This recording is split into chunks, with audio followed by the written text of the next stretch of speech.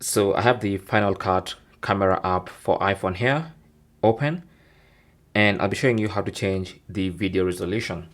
So when you want to record a video, you can actually change the resolution by either going to the quick shortcuts at the top here. So once you expand it by tapping on it, you can tap on the resolution and you can change to either 4K, 1080p or 720p. It's not going to go lower than that.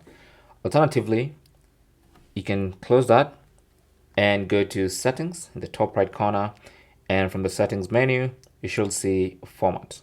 So if you tap on that, you have the frame size, which is also the resolution.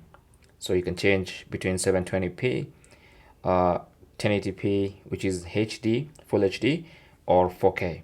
While you're at it, you can also change the frame rate here.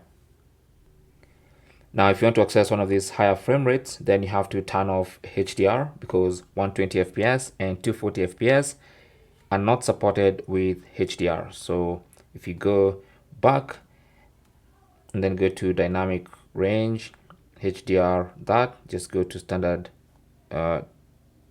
dynamic range. And then now if you go back to format, you'll notice you should be able to go to, maybe